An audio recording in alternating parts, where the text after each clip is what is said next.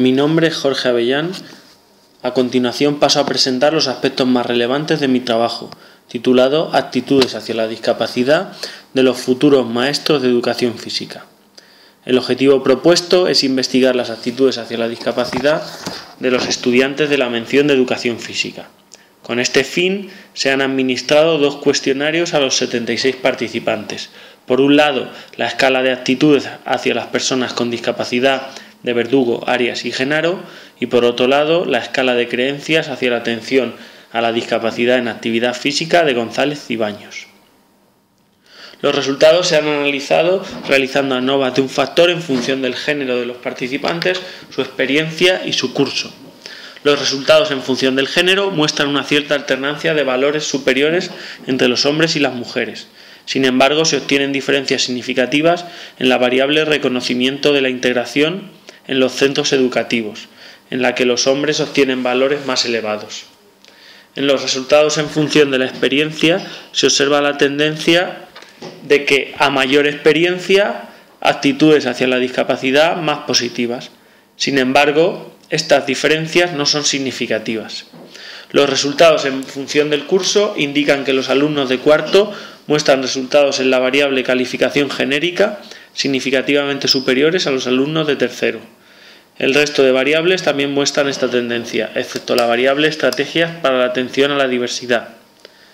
En conclusión, parece que a mayor edad y conocimiento sobre la discapacidad, las actitudes serán más positivas. Los futuros maestros, además, muestran actitudes hacia la discapacidad por encima de los valores medios. Con esto termina mi exposición. Gracias por la atención. Os presento mi póster virtual titulado Análisis bibliométrico de la producción científica sobre el uso del acelerómetro en la medición del nivel de actividad física entre los años 2010 y 2014. A continuación me voy a remitir exclusivamente a la explicación de los resultados. Como se observa en las figuras 1 y 2, el número de publicaciones que tratan sobre la medición de la actividad física a través del acelerómetro ha ido creciendo de manera regular a nivel internacional. Sin embargo, a nivel nacional, en el año 2012 se aprecia un descenso acusado de las publicaciones sobre el tema. Por otro lado, el año en el que se han realizado más publicaciones a nivel nacional ha sido el 2013, con 28, y a nivel internacional el 2014, con 562.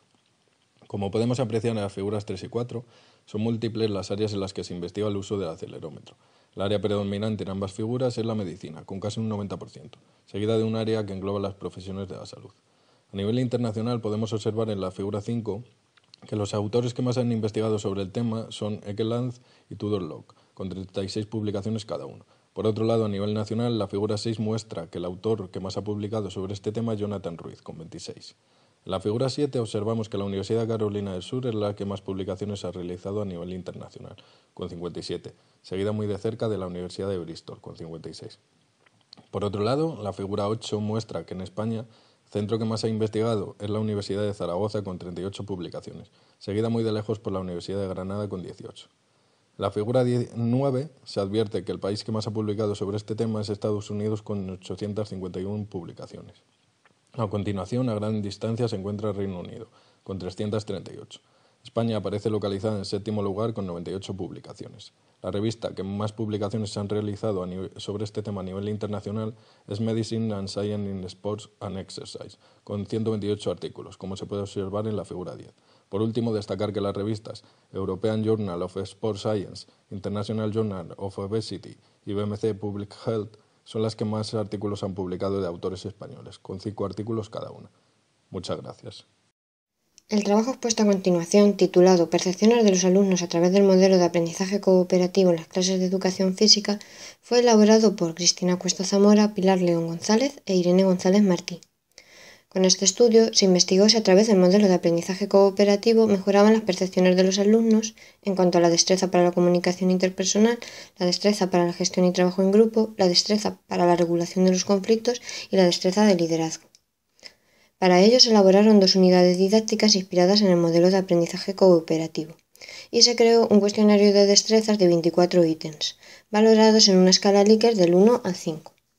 En dicha investigación participaron 25 alumnos de sexto de educación primaria, los cuales completaron el cuestionario tanto antes como después de la intervención de las 2 unidades didácticas. Los resultados fueron analizados a través de la prueba no paramétrica de Wilcoxon y se observó que se habían producido diferencias significativas en cuanto a la destreza para la comunicación interpersonal, ya que los alumnos percibían que se animaban y felicitaban más después de la implementación del modelo de aprendizaje cooperativo. Además, también aportaban mayor número de ideas y se reían menos de sus compañeros. Por otro lado, la destreza para la gestión y trabajo en grupo también mostró mejoras significativas, al percibir los alumnos mayor escucha activa, al considerar las ideas de los demás en mayor medida, al respetar los turnos de palabra y al pasarse el móvil siempre que podían.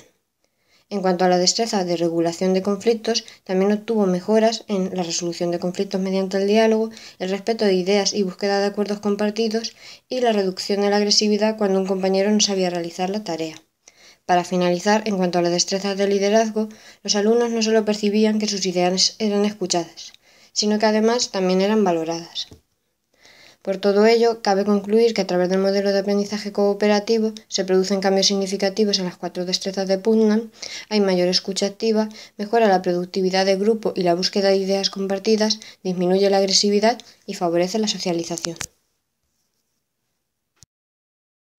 El trabajo expuesto a continuación, titulado La brújula como instrumento de expresión en las sesiones de biodanza, ha sido realizado por Pilar León González, Cristina Cuesta Zamora e Irene González Martí. Con este estudio se pretende observar la utilidad de la brújula, que es un instrumento que los alumnos elaboran con cualquier material y mediante el cual pueden reflejar los sentimientos, emociones y experiencias vividas por ellos. El estudio fue llevado a cabo con 20 niños y niñas de primero de primaria, atendiendo al género el 55% eran niñas y el 45% niños, mientras que si atendemos a las características del alumnado, el 75% de ellos no presentaba dificultades en la tarea, el 20% tenía problemas de interacción social y el 5% presentaba discapacidad motriz en un brazo. La realización de las brújulas tuvo lugar tras 4 sesiones, en las cuales se comenzó con ejercicios del esquema corporal y se fueron introduciendo ejercicios propios de la biodanza, que es un sistema que utiliza la música, la danza y el movimiento como mecanismos para potenciar las 5 líneas de vivencia, que son vitalidad, sexualidad, erotismo, creatividad, afectividad y trascendencia. Para extraer las conclusiones de este estudio, en las brújulas, que en este caso fueron únicamente dibujos, se examinaron las variables de color, emociones y compañía, pudiéndose observar que en las brújulas de las niñas predominan más los colores que las de los niños, 90,9% frente a un 77,8%, y que éstas tienden más a representarse en sus dibujos con la profesora, 63,6% frente a un 6,6% en niños. En cuanto a las características del alumnado, se evidenció que los alumnos con problemas de interacción eligen en igual proporción el blanco y negro y los colores, mientras que los alumnos que no tienen dificultad prefieren en un 93,3% usar los colores en sus dibujos. Finalmente, respecto a la compañía, los alumnos con problemas de interacción suelen representarse en parejas, varios con las profesoras o bien no incluyen a nadie. Como conclusiones, hemos apreciado que la brújula favorece la reflexión y el desarrollo intrapersonal de los alumnos y es eficaz para observar las emociones, así como también hemos observado que existe una significativa presencia de emociones positivas tras las sesiones de biodanza. Este póster lleva por título la relación entre las metas de logro 3x2 y la competencia percibida en los estudiantes de educación física. En esta investigación pretendemos analizar los diferentes factores que influyen en la motivación. Por ello, se examina la relación entre el reciente marco teórico de metas de logro 3x2 y la competencia percibida. De la misma manera, se analiza si el marco teórico de metas de logro 3x2 aporta algún elemento diferencial con respecto al marco de metas de logro 2x2 en el contexto de la educación física. Participaron 205 estudiantes, todos ellos pertenecientes a 2 institutos del norte de España.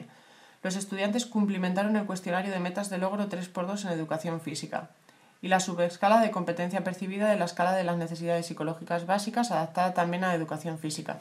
Se realizaron análisis descriptivos, alfa de Cronbach y un análisis de regresión lineal por pasos. Los alfa de Cronbach se situaron por encima de 0,70 en todas las variables. Todas las variables correlacionaron positiva y significativamente entre sí, a excepción de evitación tarea y evitación otro. Otro dato destacable es que las 3 metas de aproximación predijeron significativamente a la competencia percibida. En relación con el análisis de regresión lineal,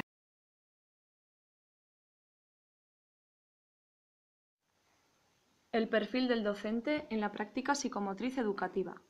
Cuando hablamos de la importancia de la psicomotricidad en la escuela, tenemos que ser conscientes del papel que va a desempeñar el adulto en la práctica psicomotriz educativa. Pero, ¿qué es la psicomotricidad? Este término integra las interacciones cognitivas, emocionales, simbólicas y sensoriomotrices en la capacidad de ser y de expresarse en un contexto psicosocial, La psicomotricidad, así definida, desempeña un papel fundamental en el desarrollo armónico de la personalidad del niño. De manera general, puede ser entendida como una técnica cuya organización de actividades permite al niño conocer de manera concreta su ser y su entorno inmediato para actuar de manera adaptada. El objetivo de la psicomotricidad es el desarrollo de las posibilidades motrices, expresivas y creativas a partir del cuerpo, lo que lleva a centrar su actividad e investigación sobre el movimiento y el acto. Partiendo de esta concepción, se desarrollan distintas formas de intervención psicomotriz que encuentran su aplicación en los ámbitos preventivo, educativo, reeducativo y terapéutico. Estas prácticas psicomotrices han de conducir a la formación, a la titulación y al perfeccionamiento profesional. De este modo, el docente deberá distinguir dos propuestas metodológicas fundamentales a la hora de organizar los contenidos psicomotrices en el aula. Hablamos de la metodología dirigida y la metodología libre. En referencia a la intervención psicomotriz del docente, se puede observar diferentes principios pedagógicos en función de la metodología propuesta por cada autor. Dicho así, se ha investigado diferentes documentos para poder dar con el perfil que debe poseer el psicomotricista, teniendo en cuenta las diferentes corrientes pedagógicas que se han dado en la historia de la educación.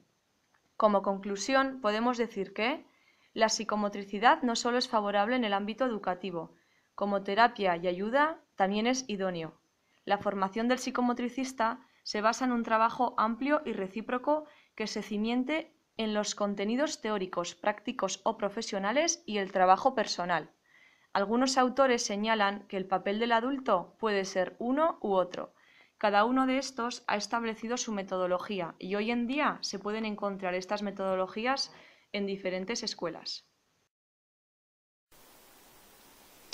El trabajo que presentamos a continuación y que lleva por título Maratón fotográfico, el caso de primero de educación secundaria obligatoria, es una experiencia que se está llevando a cabo dentro del área de educación física y cuyo desarrollo de su fase preactiva se realiza en el periodo vacacional de Semana Santa. Una experiencia educativa con carácter innovador que atiende a una metodología activa y participa centrada en el aprendizaje colaborativo para su desarrollo. Nuestra pretensión se centra en la oportunidad que se le brinda al alumnado de conocer las instalaciones deportivas de su localidad a través de la actividad planteada y la distancia que hay desde su casa a cada uno de los puntos de interés manifestados para la práctica de la actividad física y el deporte. Una actividad que consta de 3 fases y donde en la fase activa se llevará a cabo un maratón. Se enmarca dentro de la estructura de temporalización de un proyecto de innovación educativa de escuela más activa, llamado Polifemo.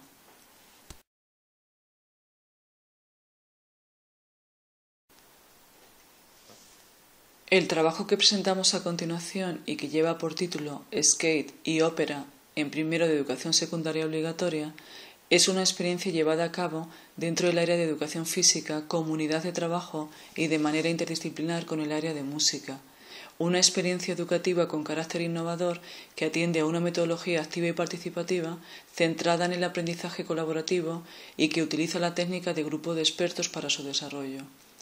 Nuestra pretensión ha sido vincularla a los intereses y motivaciones del alumnado, cuyo propósito está orientado a que el alumnado cree una coreografía combinando skate y una de las 2 óperas presentadas, Carmen, ópera de Georges Bizet, y Madame Butterfly, ópera con música de Puccini, con la intencionalidad de presentarla en las jornadas deportivas intercentros, cuya secuenciación se enmarca en la temporalización de un proyecto de innovación educativa de escuela más activa que se llama Polifemo. La educación física en la escuela rural como herramienta para la atención individualizada del alumnado, por Ferran Fonternau Vigas, de la Universidad de Vic, Universidad Central de Cataluña. La baja ratio propia de la escuela rural permite brindar una atención más individualizada a los alumnos y alumnas en las clases de educación física, ya que facilita un mayor y mejor conocimiento de sus posibilidades y capacidades y permite desarrollar metodologías más activas y fomentar las relaciones entre iguales. Todo ello en un entorno natural con espacios singulares para llevar a cabo las sesiones de esta asignatura. De las singularidades propias de cada contexto rural, dimanan unas demandas y unas posibilidades educativas hacia las que hemos de ser sensibles cuando configuramos el espacio pedagógico, si pretendemos que la educación física se convierta en un hecho educativo singularmente conectado con el entorno que la acoge. Asumiendo la diversidad inherente a la escuela rural y partiendo de sus rasgos distintivos más relevantes en relación con el alumnado y su espacio vivencial, las familias y el entorno humano, las condiciones espaciales y materiales en las que se desarrolla el área y las características estructurales de cada colegio, tratamos de indagar en los caminos que conducen hacia la búsqueda de respuestas educativas, y desde ahí avanzamos hacia la delimitación de los referentes más significativos que, a nuestro juicio, ha de mantener el currículo de nuestra área dentro de la escuela rural. A continuación se va a presentar el póster virtual titulado Experiencias positivas en educación física a través de la intervención docente en el contenido de fútbol sala. El estilo interpersonal utilizado por el docente de educación física en sus clases puede desencadenar consecuencias en el alumnado dentro y fuera del aula. Siguiendo la teoría de la autodeterminación y la teoría de las metas de logro, el objetivo del estudio fue analizar la relación del clima motivacional y el apoyo a las necesidades psicológicas básicas generado por el profesor de educación física en el contenido de fútbol sala con las consecuencias situacionales de diversión y aburrimiento, así como con la predisposición hacia la educación física a nivel contextual experimentada por el alumnado. En el estudio participaron 70 alumnos de cuarto de ESO, con edades comprendidas entre los 15 y los 17 años, pertenecientes todos ellos a un mismo centro de enseñanza. Las variables medidas a nivel situacional fueron el clima motivacional, el apoyo a las necesidades psicológicas básicas y las consecuencias afectivas. A continuación se va a presentar el póster virtual titulado Importancia del estilo interpersonal docente en las consecuencias afectivas y comportamentales en educación física. Las experiencias acontecidas por el alumnado en educación física pueden resultar determinantes para la adopción de un estilo de vida activo y saludable. En este sentido, siguiendo los postulados de la teoría de la autodeterminación, la presente investigación tuvo el objetivo de estudiar la relación entre el apoyo a las necesidades psicológicas básicas mostrado por el docente de educación física en sus clases y las consecuencias de diversión, aburrimiento y predisposición hacia la educación física experimentadas por el alumnado. La muestra estuvo formada por 159 estudiantes, 76 varones y 83 mujeres, con edades comprendidas entre los 12 y 16 años, pertenecientes todos ellos a un centro de enseñanza. Las variables e instrumentos utilizados fueron el apoyo a las necesidades psicológicas básicas a través del cuestionario de apoyo a las necesidades psicológicas básicas, las consecuencias afectivas mediante la escala de diversión-aburrimiento y la predisposición hacia la educación física, en la cual se midieron únicamente los factores de actitud afectiva y actitud cognitiva a través de la escala de predisposición. El objetivo del presente trabajo es realizar una propuesta educativa para los centros escolares que permita limitar las horas dedicadas a la práctica del fútbol en el recreo y dar alternativas para que dicha medida pueda ser puesta en práctica. El fútbol tiene aspectos positivos como deporte, ya que es beneficioso para la salud. Sin embargo, debido en gran parte a los medios de comunicación, conlleva aspectos negativos, como pueden ser la proliferación de mafias, la creación de una cultura del éxito, las peleas entre ultras, las prácticas sexistas y la mercantilización de dicho deporte. Si se analiza el recreo, puede concluirse que este es un espacio de socialización muy importante para el alumnado y es aquí donde se dan marcadas diferencias entre géneros a la hora del juego y la ocupación del espacio, siendo además el lugar donde se crean conflictos. Si se analizan estos dos conceptos, recreo y fútbol, de manera conjunta, podemos extraer varias consecuencias de la práctica del fútbol en citado espacio. Las más destacadas son trifulcas entre el alumnado, exclusión de los no jugadores de fútbol y la repartición desigual del espacio. Debido a esto, se propone un planteamiento pedagógico cuyos objetivos y recursos se pueden ver en la parte inferior de la proyección. Según esta propuesta, el patio queda dividido en diferentes zonas y en cada zona habrá diferentes prácticas que se observan en la parte inferior derecha, como son la zona de hablar, de juegos en el suelo, juego libre, de maillot y de fútbol.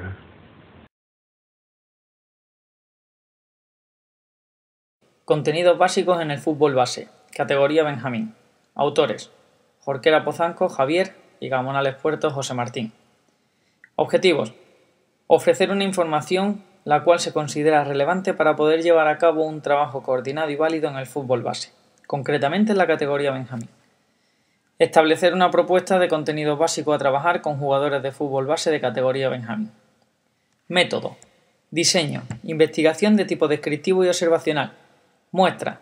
16 entrenadores y especialistas en fútbol base de la localidad de Cáceres, España. Variables. Contenidos tácticos, técnicos, físicos y psicológicos.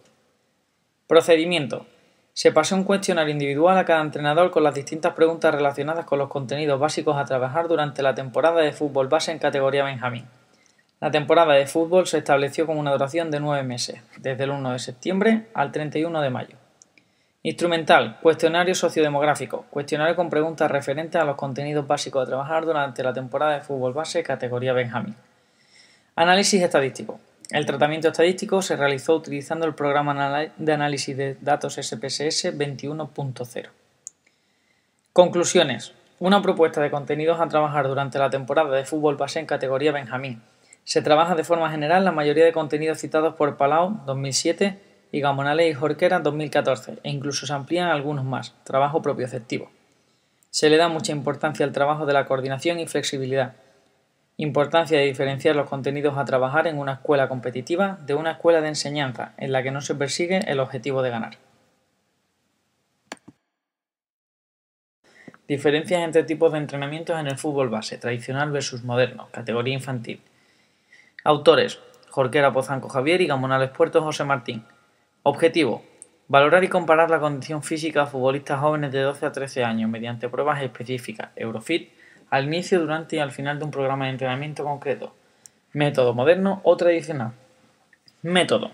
Diseño. Investigación de tipo descriptivo. Muestra. 36 jugadores infantiles de los equipos Asociación de Vecinos Puente San Francisco A y Nuevo Cáceres A de la localidad de Cáceres, España, participantes en la Liga de Infantil de Fútbol 11 Judex, Delegación Cáceres, Extremadura, Grupo 1. Variables: sexo, edad, peso, talla y nivel de condición física. Procedimiento.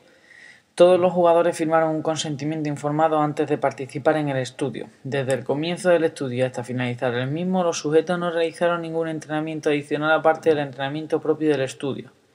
Durante la duración del estudio y por medio de cuestionario sociodemográfico y pruebas de la batería Eurofit. Entrenamientos. Los equipos de la categoría seleccionados suelen entrenar 2 veces por semana, lunes y miércoles. Tras las reuniones mantenidas con los entrenadores de los equipos seleccionados, se aplicará durante un mes un programa de entrenamiento tradicional al equipo de Nuevo Cáceres y un entrenamiento moderno al equipo de Asociación de Vecinos Puente San Francisco. Las secciones de entrenamiento tuvieron una duración de alrededor de 90 minutos, desglosada del siguiente modo: 10 minutos charla del entrenador, 25 calentamiento y estiramiento, 40 parte principal, 15 vuelta a la calma y estiramiento. Instrumental: cuestionario sociodemográfico, dinamómetro de mano, cronómetro digital, taburete, cinta métrica, barra de madera, 4 dispositivos de señalización, colchoneta y un cajón de flexibilidad. Análisis estadístico. El tratamiento estadístico se realizó utilizando el programa de análisis de datos SPSS 21.0. Conclusiones. Se evidencia diferencias significativas respecto a la condición física de los jugadores que llevan a cabo un programa u otro de entrenamiento en fútbol. Los jugadores que siguen un entrenamiento moderno en fútbol manifiestan una tendencia progresiva en función al tiempo de duración del programa y cada una de las distintas cualidades analizadas. Los jugadores que siguen un entrenamiento tradicional, sus valores de condición física se mantienen estables.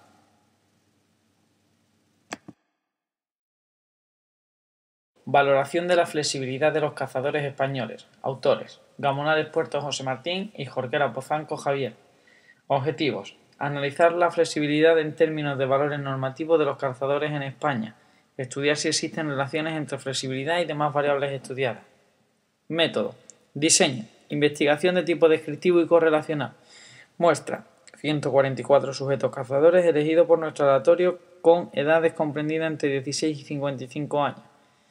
Variables: sexo, edad, peso, talla, nivel de condición física. Procedimiento: cuestionario sociodemográfico y pruebas de la batería Eurofit y batería Afisal INEFE. Instrumental: cinta métrica, barra de madera, cronómetro digital, regla, colchoneta, taburete, dinamómetro de mano, dispositivo de señalización, cajón de flexibilidad. Resultados: La muestra de cazadores obtienen resultados reconocidos como bajos o inferiores a los establecidos como normales en la población general catalana. Entre las causas que pueden justificar esta disminución aparecen que la propiedad involutiva de la flexibilidad que se deteriora si no se trabaja todos los días. Es un dato más que permite confirmar que los cazadores realizan poco ejercicio físico de manera habitual. Conclusiones. Los cazadores españoles presentan niveles de flexibilidad bajos. La flexibilidad muestra una tendencia involutiva en función de la edad.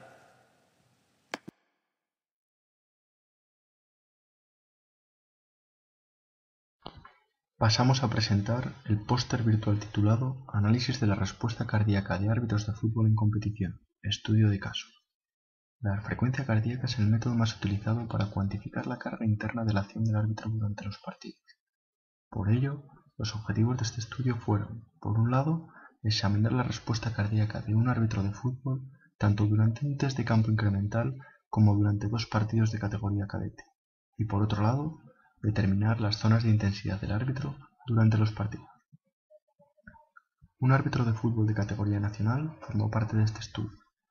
A este se le monitorizó la frecuencia cardíaca por un lado en el Yo-Yo Intermittent Recovery Test nivel 1 y por otro durante los partidos. Además, se establecieron las siguientes categorías de esfuerzo basándonos en la clasificación de Edwards para su consiguiente análisis. Durante los partidos, la frecuencia cardíaca media registrada correspondió a un 71,3% de la frecuencia cardíaca máxima obtenida en el Yo-Yo Test. Estos resultados contrastan con los valores medios obtenidos por árbitros profesionales, que se correspondieron con un 83-85% de la frecuencia cardíaca máxima. A pesar de que Costa y colaboradores en el 2013 observaron que el árbitro pasaba el 95% del tiempo total por encima del 80% de la frecuencia cardíaca máxima, en nuestro estudio solo fue el 5%. Estas diferencias encontradas podrían ser debidas a varios factores, por ejemplo, al nivel de los jugadores, al estilo de juego de los equipos o incluso a la menor duración de los encuentros.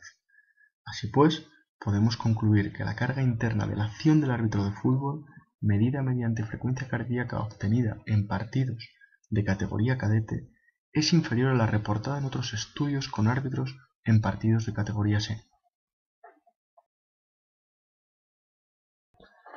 Seguidamente, se pasa a presentar el póster virtual que lleva como título Análisis del rendimiento de la capacidad de salto y aceleración de árbitros y asistentes de fútbol. Pocos estudios científicos hacen referencia a la capacidad de sprintar y de saltar en árbitros de fútbol. Sin embargo, tales capacidades parecen ser muy relevantes en el ámbito deportivo. Los objetivos de este estudio fueron, por un lado, describir la capacidad de aceleración y de salto de árbitros y asistentes de fútbol, y por otro lado examinar la relación entre 2 test de sprint en línea recta de 20 y 30 metros y un test de salto en contramovimiento. 22 árbitros y asistentes de la tercera división española de fútbol participaron en este estudio. En una misma sesión se realizaron los test correspondientes por un lado a la aceleración en línea recta con un sprint de 30 metros y por otro lado al salto vertical con un salto en contramovimiento. Se realizaron 3 repeticiones en cada uno y se eligió el mejor sprint o salto para realizar los análisis posteriores. Todos los árbitros realizaron un calentamiento previo de 10 minutos de duración. Como resultados destacados, se observaron correlaciones altas entre la altura alcanzada en el salto en contramovimiento y el tiempo que se tarda en recorrer 20 y 30 metros. Estos resultados sugieren la necesidad de implementar programas específicos de fuerza del tren inferior para la mejora de las capacidades de salto y aceleración de forma conjunta. Por otro lado, los rendimientos obtenidos en el test de sprint y de salto son inferiores a aquellos registrados por jugadores de fútbol en un estudio de Nedelec y colaboradores en el 2014 y en otro de Edholm y colaboradores también en el 2014. Por ello, podría ser interesante implementar programas específicos para la mejora de la fuerza del tren inferior en árbitros y asistentes de fútbol. Introducción a la legislación del deporte en edad escolar a nivel nacional y europeo, una revisión bibliográfica, por Mateo Rodríguez Quijada, doctorando en Equidad e Innovación en Educación en la Universidad de Santiago de Compostela. Debido a la considerable transformación de la sociedad, urge la necesidad de una legislación que regule la práctica deportiva. Los antecedentes del deporte en edad escolar son los campeonatos escolares de España, organizados por las federaciones deportivas y por la Delegación Nacional de Deportes. Su función era propagandística. En los documentos legislativos consta: artículo 43 de la Constitución Española. Los poderes públicos fomentarán la educación física, el deporte y facilitarán el ocio. Ley 7/1985 del 2 de abril. El Estado establece las competencias mínimas de municipios y provincias. El resto es competencia de cada comunidad autónoma.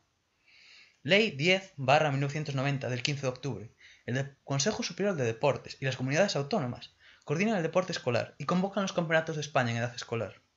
Real Decreto 112/2000 del 28 de enero. La Comisión Nacional para la Protección de la Salud del Deportista propondrá acciones informativas sobre la práctica deportiva. A nivel legislativo autonómico depende de cada comunidad autónoma. Se exige mínimo un control médico-sanitario previo para obtener la licencia federativa. A nivel europeo, no hay referencia a las competencias relacionadas con el deporte en la fundación de la Unión Europea. La situación cambia a raíz de la sentencia Bosman, año 1995. En el artículo 165 del Tratado sobre el Funcionamiento de la Unión Europea, año 2009, se recoge la postura oficial sobre el deporte y sus futuras líneas de actuación. Concluyendo, destacamos: la presencia del deporte en edad escolar en la legislación a nivel nacional y europeo es escasa. No existe una legislación común a nivel nacional que establezca unos mínimos, difiere según la comunidad autónoma. Por último, en Europa se empieza a tomar conciencia de la importancia de regular el deporte, comenzando por el deporte profesional y espectáculo. Rendimiento académico y correspondencias con indicadores de salud física y psicológica, por Alberto Portolés y Juan González, Universidad de Murcia. El rendimiento académico de los adolescentes está influenciado y determinado por numerosos factores. Un estilo de vida y conductas de salud adoptadas en este periodo se relacionan con un rendimiento académico de forma directa, de tal forma que los adolescentes con estilos de vida y conductas más saludables pueden presentar un rendimiento académico más adaptado. Igualmente, mantener indicadores de salud psicológica se relaciona con un rendimiento académico más adaptado. La muestra está formada por 1.210 adolescentes, con una edad media de 15,13 años. Se utilizaron como instrumentos el Health Behavior in School Children para analizar las variables relacionadas con la actividad física y el cumplimiento de la recomendación de medios tecnológicos de pantalla. Se utilizó un cuestionario de creación propia para valorar el rendimiento académico y se utilizó el Maslach Burnout Inventory General Survey para registrar las conductas relacionadas con el burnout y el engagement en el ámbito educativo. Los resultados nos indican cómo el 59,1% de la muestra cumple la recomendación de practicar al menos 30 minutos de actividad física. Además, los sujetos que cumplen esta recomendación obtienen medias académicas significativamente más altas. Por el contrario, únicamente el 22,2% de la muestra cumple la recomendación de practicar 60 minutos de actividad física, siendo significativamente más altas las medias académicas en los sujetos que no cumplen dicha recomendación. Valorando otro tipo de recomendaciones, observamos como el 21,2% de la muestra cumple la recomendación de no dedicar más de 2 horas al consumo de medios tecnológicos de pantalla, no existiendo diferencias significativas en lo que refiere al rendimiento académico. El 57,4% cumple la recomendación de dormir un mínimo de 8 y 9,5 horas, existiendo diferencias significativas a favor de los que sí cumplen esta recomendación. Por otro lado, en cuanto a la salud psicológica, encontramos que mayores niveles de autoeficacia, agotamiento emocional y despersonalización se relacionan significativamente con mejores calificaciones. Además, en cuanto al engagement, niveles altos de absorción, dedicación y vigor se relacionan significativamente con mejores calificaciones. Podemos concluir que valorar las conductas de salud, tanto física como psicológica, y relacionarlo con conductas referentes al rendimiento académico son apropiadas para tener en el adolescente un estilo de vida más adaptado.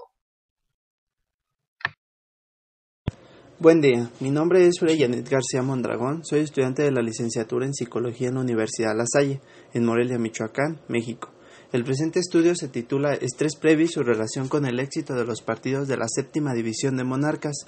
El objetivo es analizar la relación del estrés previo y su relación con el éxito de los partidos del torneo otoño-invierno de los jugadores de Monarcas Morelia, viendo el estrés que se les genera dependiendo al rival que se enfrentan y a la vez ver la capacidad de cada jugador. Los participantes de este estudio son jóvenes deportistas del Club Monarcas Morelia de la 7ª División. La muestra está compuesta por 22 jóvenes de 13 a 15 años. En este estudio se considera al estrés como una variable asociada al estímulo adverso en el contexto del jugador, en este caso la percepción que se le tenga a la amenaza del rival. Llevar al jugador a situaciones estresantes durante las competiciones deportivas influye en ocasiones en alteraciones del funcionamiento psicológico, menor capacidad de concentración y una pérdida del foco atencional. Los resultados de esta investigación nos muestran que los deportistas se encuentran en un grado de estrés alto. También se observan diferencias significativas con relación a los equipos a los que se enfrentan. Se verificó la importancia del estrés que se manifiestan en los jugadores. Es claro que los equipos responden ante la amenaza que les representa un rival más fuerte, y mientras más débiles se perciban a sí mismos, será más difícil que tengan un resultado exitoso y su estrés será mayor porque es según el estímulo de cada jugador. Por último, se sugiere al entrenador que antes de cada partido realice actividades de valoración de sus capacidades, fortalecimiento de autoeficacia y utilizar técnicas de reducción de tensión en los jugadores. ¿Sabías que realizar técnicas de relajación previas a un partido sirve para disminuir el estrés y la ansiedad para que puedan tener un mejor desarrollo y éxito en los partidos? Por su atención, muchas gracias. La siguiente investigación, titulada Diferencias de los niveles de ansiedad entre deportistas de balonmano y tiro olímpico, desarrollada por Francisco Miguel Tobal y Obdulia Tejón López, se centró en analizar si existen diferencias en los parámetros de ansiedad entre un deporte individual y sus especialidades y otro de equipo. Los objetivos planteados fueron: 1. Comprobar si existen diferencias significativas en los niveles de ansiedad entre deportistas de balonmano y tiro olímpico. 2. Comprobar si existen diferencias significativas en los niveles de ansiedad entre balonmano y la modalidad de precisión de tiro olímpico. Y por último, comprobar si existen diferencias significativas en los niveles de ansiedad entre balonmano y la modalidad de foso de tiro olímpico. Tras la puesta en contacto con los entrenadores de los participantes y su consiguiente aceptación y aprobación, se les reunió a los deportistas antes del entrenamiento para explicarles en qué consistía la investigación y explicarles para qué y cómo se rellenaban los cuestionarios. En esta sesión informativa se pasaron el ISRA y el SCAT. El cuestionario STAI, al ser más sensible en su medida, se administró momentos antes de la competición, al llegar a la competición, en las gradas, antes de que empezara el calentamiento, para tener unos datos más fiables de la ansiedad precompetitiva.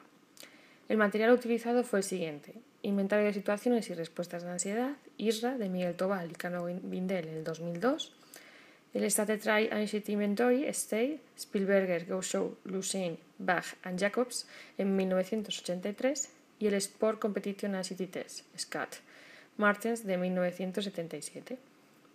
La muestra está compuesta por 67 deportistas varones con licencia federativa de entre 16 y 51 años, de balonmano y tiro olímpico. Los criterios de inclusión han sido que los participantes tuvieran más de 16 años y que participaran en competiciones a nivel nacional. Dentro de ambas modalidades deportivas hay deportistas que compiten a nivel internacional y en primera división de su deporte. Para el análisis de datos se utilizó el programa SPSS 21 y se realizaron análisis estadísticos para media, desviación típica, mínimo y máximo. Además, también ha sido una prueba de la D de Cohen para calcular el tamaño del efecto de esa diferencia.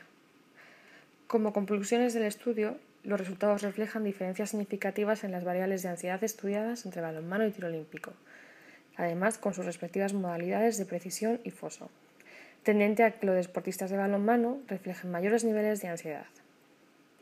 Por lo tanto, nuestros resultados no confirman que los deportes individuales tengan mayores niveles de ansiedad que los deportes de equipo, tal y como argumentaban Scanlan y Ledway en 1984. Como conclusión, sugerimos que tal vez no es acertada la afirmación de que los deportes individuales experimenten mayores niveles de ansiedad que los deportes de equipo. Espero que sea de vuestro agrado nuestra investigación. Muchas gracias.